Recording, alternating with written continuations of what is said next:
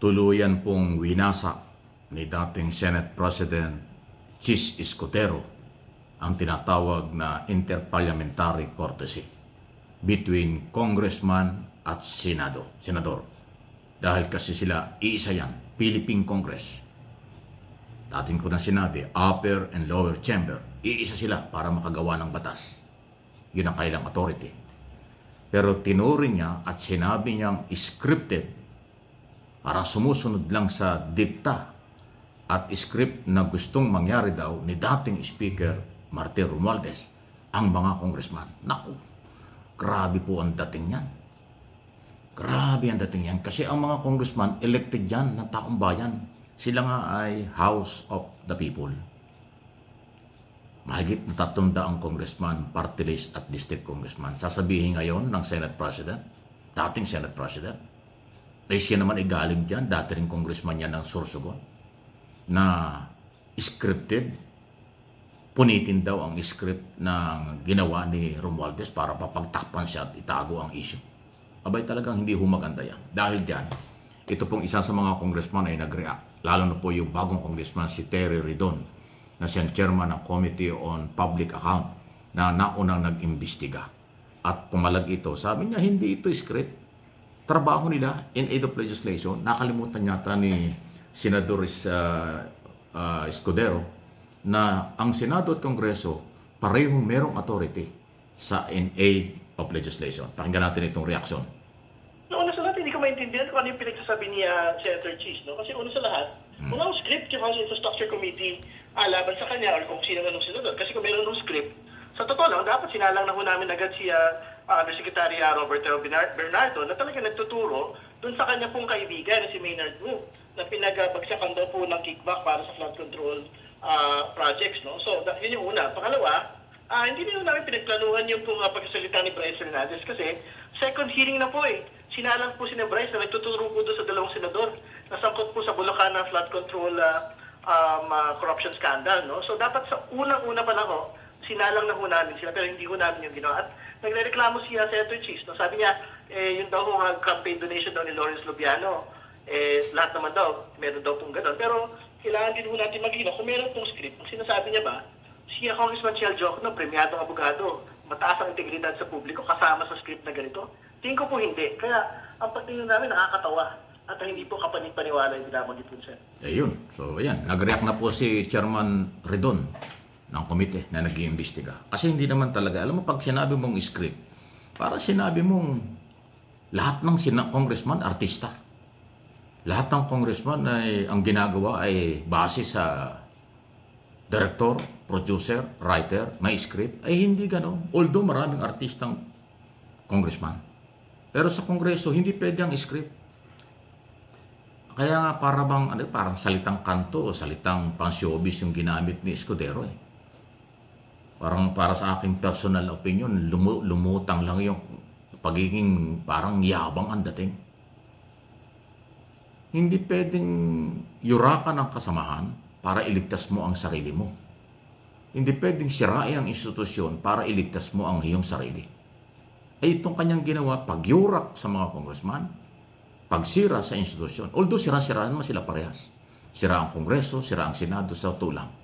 Kaya nga ang aking nga sinasabi, kung mayroon lang paraan, i-abolish na ang Senado at Kongreso dahil hindi natin kailangan ng mga batas.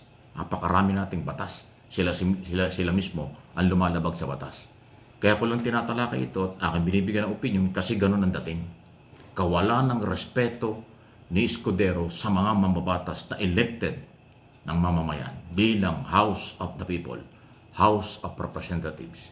Ang niyurakan na dito ay mga butanteng Pilipino na naglagay sa congressman, party list at district congressman. Ganong katindi ang dating niya. Kaya nakita nyo, matapos siyang mag-speech na sa Senado, wala man lang senador na tumayo para magtanong sa kanyang speech. Lahat ay lumapit lang sa kanya kinamayan. Ay siyempre lumapit sa kanya mga DDS senador. Dahil binangga niya si Romualdez na sige magbanggaan kayong dalawa. Wala naman kaming pakialam sa iyo. Dapat niya para sa akin talagang may ebidensya kasuhan kayong dalawa at ipakulong kayong dalawa. Kung may kasalanan si Romualdez, ipakulong.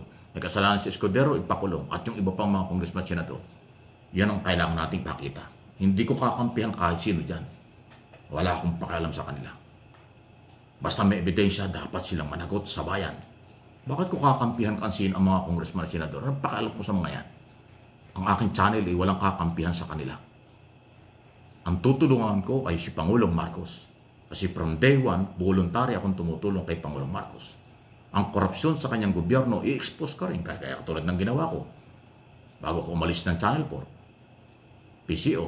Kasi mayroong korupsyon doon, hindi naman nila ma-deny. Inamin na nga nung sekretary na talagang may problema doon sa estasyon, sa studio. O di ba, yun na yun. Balita ko nga, wala pa rin pagbabago.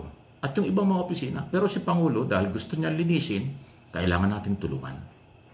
Again, sabihin ko yung nakaraan ko sinabi doon sa isang video natin. Hindi solusyon magpalit ng Pangulo. Ang solusyon, tulungan ng Pangulo na siyang nag-expose, siyang nagpapatigil, siyang nagpapaimbestiga at nag-recommend ng walang kamag-anak, walang kapatid, walang kapartido. Pag sumabit, managot sa batas at sa bayan. Yun ang kailangan natin. Pero yung mga kaalyado niya, nasasabit, ba't natin pagtatanggol? Managot sila. Balik nila yung kanilang ninakaw sa pera ng bayan at makulong kung kinakailangan ng habang panahon. Kasi non-bailable offense, 40 years ang pagkakakulong ng positibo sa graft in corruption, especially sa plunder law. Ganun po ang tapang ng batas eh. Hindi na natin kailangang iamin yan. Iisa lang batas ang kailangan natin. Kung gusto nyong gumawa kayo ng batas tungkol sa death penalty. Yan. Yan lang batas ang kailangan natin. Marami ng batas kulang sa implementation kasi walang pera. Maraming batas na hindi nasusunod. Isa lang batas ang kailangan natin para magbago at mabawasan ang korupsyon. Nakita niyo sa China. Ang China ayaw ko dahil nakikialam sa atin, inaagawan tayo. Pero yung kailang batas maganda. Kita niyo mayroong balita, minister, mataas na opisyal ng China, convicted, bibitayin. Hinatulan ng kamatayan. Anytime, yan po yung balitang puputok. Pumutok na yung pangalan, pero ayaw ko yung issue. Pero sinasabi ko lang sa inyo, mataas na opisyalis ng Chinese government, hinatulan ng bitay kasi sa kanila may parusang bitay. Ayun, bibitayin. Corruption ang issue. O di, ganun, dapat ganun sa Pilipinas. Kahit sino, pag sumabit sa graft in corruption, pera ng bayan, people's money, dapat death penalty. Katulad sa China, katulad sa Japan, at marami pang bansa sa mundo na mayroong death penalty. Tayo wala kasi. Kaya tayo inaabuso, pinaglalaroan ng mga kapal ng apog ng mga politiko sa Kongreso, Senado, sa Executive Department at maging sa local government. Meron naman dyan. Meron dyan talaga. Sila-sila yan. Yan ang totoo. Okay? So ihabol natin. Ano pa itong ibang mga balita? Ito. Talagang pinipilit nila eh. Pinipilit po ng mga DDS ikabit si Pangulong Marcos sa korupsyon. Pinipilit nilang si Pangulong Marcos may kinalaman. Pinipilit nilang si Pangulong Marcos ang mastermind. Kalokohan yan. Kaya nga in-expose niya. Common sense lang eh. Bakit mo i-expose? Bakit mo pa iimbestigahan kung kasama ka dyan? Kaya nga niya in-expose at pinaimbestigahan kasi ayaw niya. Hindi siya sumali. Oy mga DDS, gamitin naman niyo ito. Kaya lang kung wala kayo nito, ay expected natin yan. Talagang sablay ang inyong mga sasabihin.